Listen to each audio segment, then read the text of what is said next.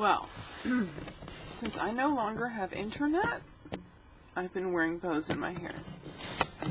And the other thing I've been doing is checking out places that do have internet. And what I found out today is that the library, well, I figured the library had internet, but I didn't realize, what I didn't realize or know, or how could I have, is that the internet at the library is so strong that I can sit in the parking lot here. It's really, quite lovely. And I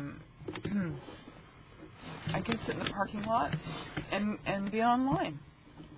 Isn't that cool? I just found that out. And I'm leaving Schulenburg. That might be a reason to stay. Not. Okay, but the library here is quite nice. So I'm going to give you a panoramic view. They have these lovely little tables.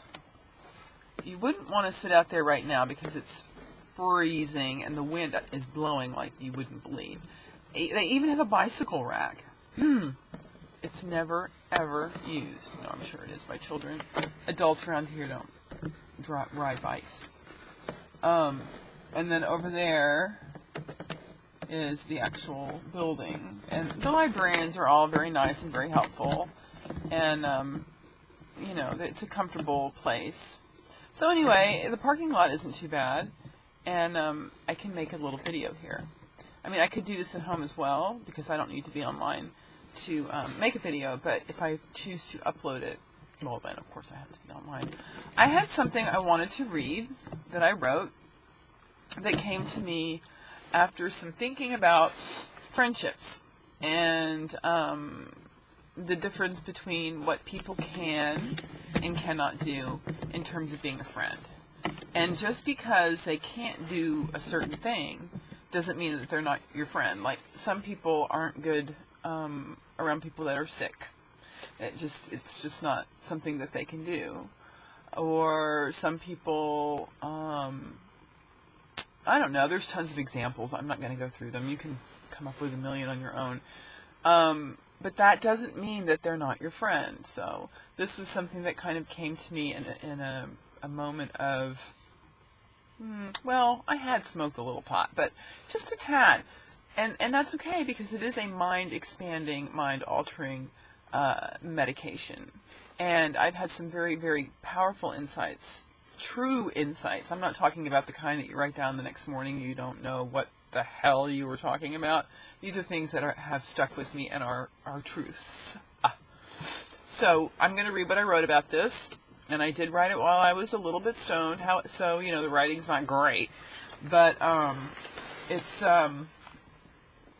something that I would just like to record and have on record.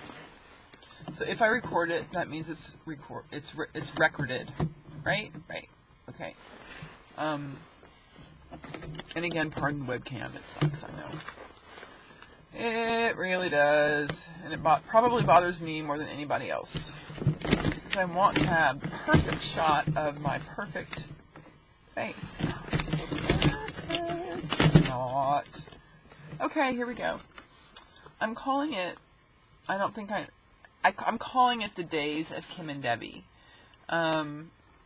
Who, and Pam is in there too, very peripherally.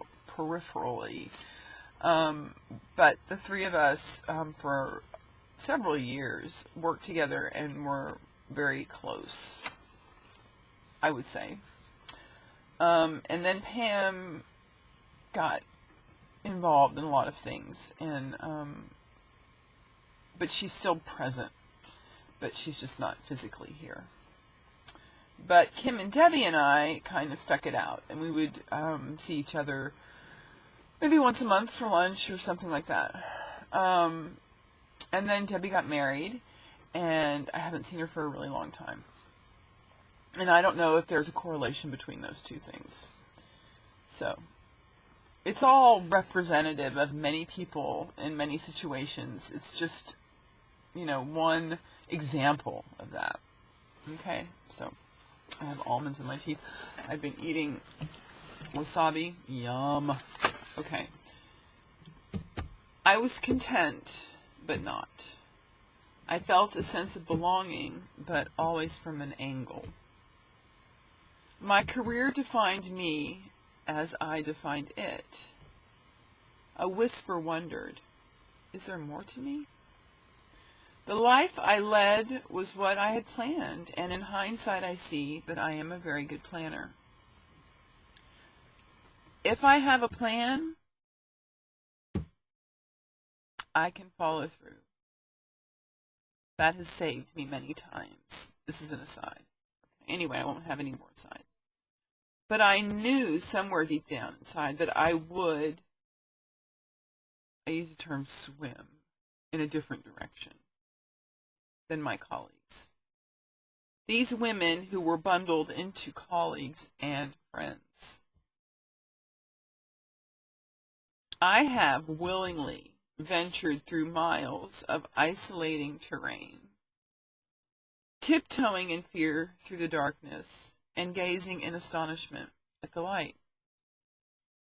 I have plundered and pushed through snow up to my waist, feeling cold, yet somehow comfortably numb. Ah, thank you, Pink Floyd. I have screamed out at the sweltering heat of deserts as vast as death. I am alone, with only my personal demons conjoined, no beginning, no end. I have balanced daily on tightropes. I balance daily on tightropes. One friend watches from afar, perhaps through intuitive binoculars. The other friend swims, climbs, watches, and offers her hand when I cry out. This is the dialectic of life. There is no right or wrong. In some strange way, we are all in this together. This knowledge rests in ourselves like a child in its mother's womb. It kicks, rolls over, pokes. Yet something tells us, misinforms us, and seduces us into believing that this is false. Though interesting, the why of this is a distraction from the truth. The shift from why to what is, has, and always will be, puts fire in the heart, puts cool, soothing water in the spirit. It is knowing the earth as you would a dear friend, a chemical bonding so fierce and natural we aren't even aware of it. It gets a little bit tangential, but what I'm saying is that even though one friend isn't there as much as I would want, or even seems to be ever there, actually, I know she is, because we're all connected. So, as I think about people that I don't necessarily call,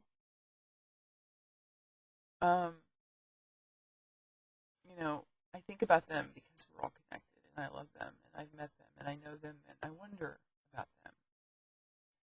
And somehow, I don't think this is reciprocated. But of course it is. I'm not that unique. So, that's all. Toodles.